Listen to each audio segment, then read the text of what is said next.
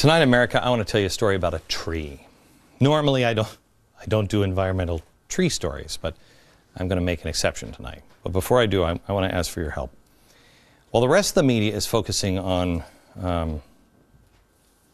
Sarah Palin or the Chinese president's visit, I want you to concentrate on one thing for me. We've got our people working on it, but I need your help. Concentrate on the other hand.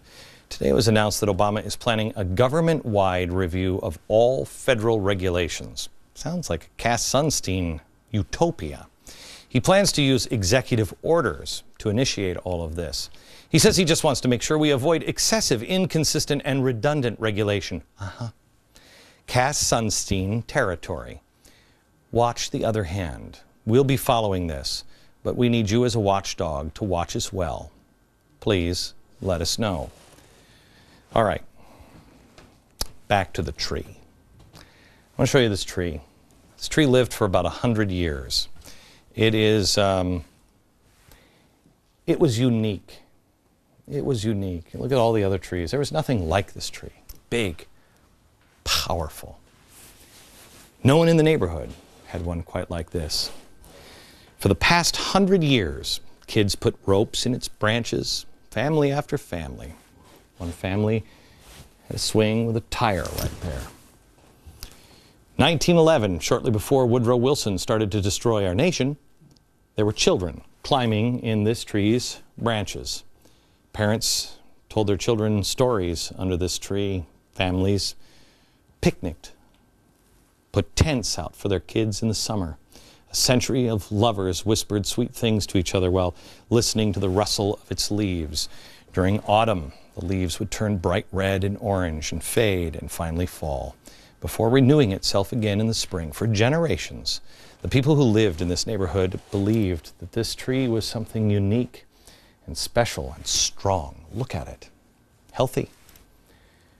It had all of its leaves. There was never a problem with this tree. And people took care of it. People just thought it was indestructible. But then a storm came, and it was a bad one. Not your typical storm, a real one. Real high wind, soaking rain. And the family who lived in the house, where this was in the backyard, could hear the branches all around the property cracking and falling. But no one in the house ever thought anything would happen to this tree. When they went out the next morning, they realized the branches hadn't come off of this tree.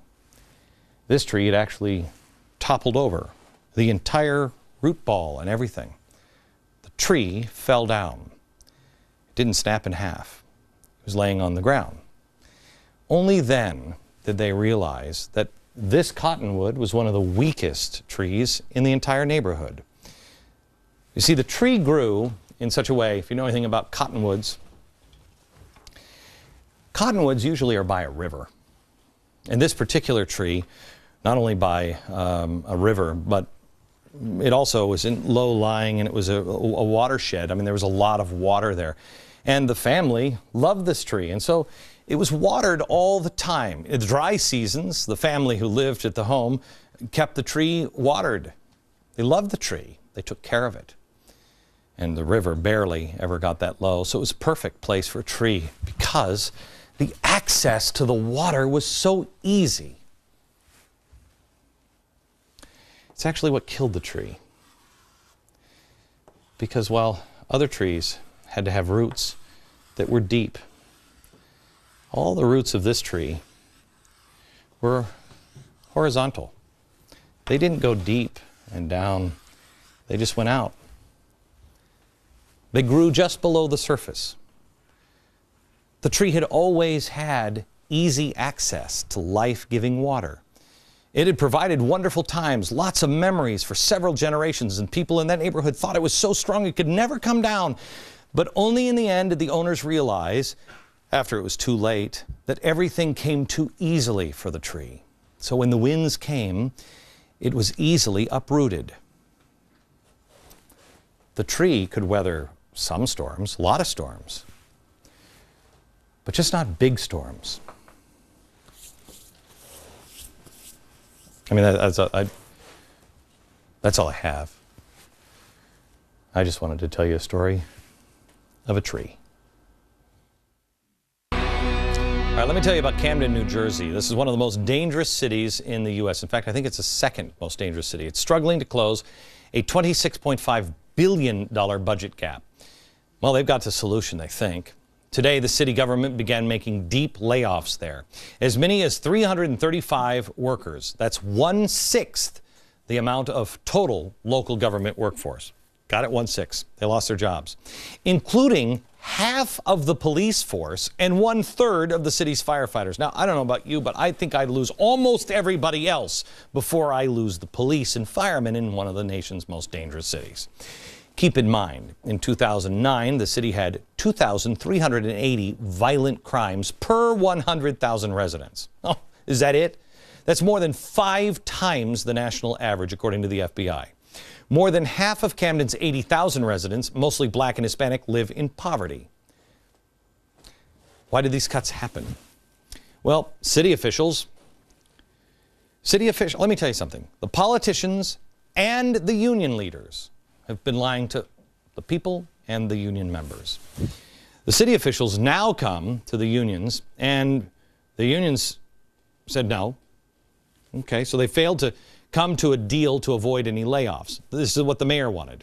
He wanted the cops and the firefighters to pay a little more for their health care and freeze or reduce their salaries. Okay, if anybody had any level of trust, maybe they'd consider that. But do you think there's any trust? No, because everybody's been lying to each other. So now the cops, the fire people, and the citizens are out. Unions didn't agree. They say the cuts are going to now make the city less safe. Do you think so? And in Detroit, they're facing now a $327 million deficit in their school district. We're hearing about a new plan now that would close nearly half of the schools in the next 2 years. Great! So we can make sure that kids in school in Detroit don't have a good education. Oh, this is going to work out well. It would also increase some class sizes to 62 students by the following year. The plan would save cash-strapped Detroit more than $33 million, but the president of the teachers union is already saying, never going to agree to any kind of class size like that. Can you imagine being a teacher in Detroit with 62 students? A nightmare. Where are you going to... We're going to have to build new schools? There are no classrooms that would fit that. The federal government has said that in pensions alone, there are now $2.5 trillion that are owed. All of us, all of the states are going to be facing these problems. Now, there's a couple of ways to handle all of this. That's next.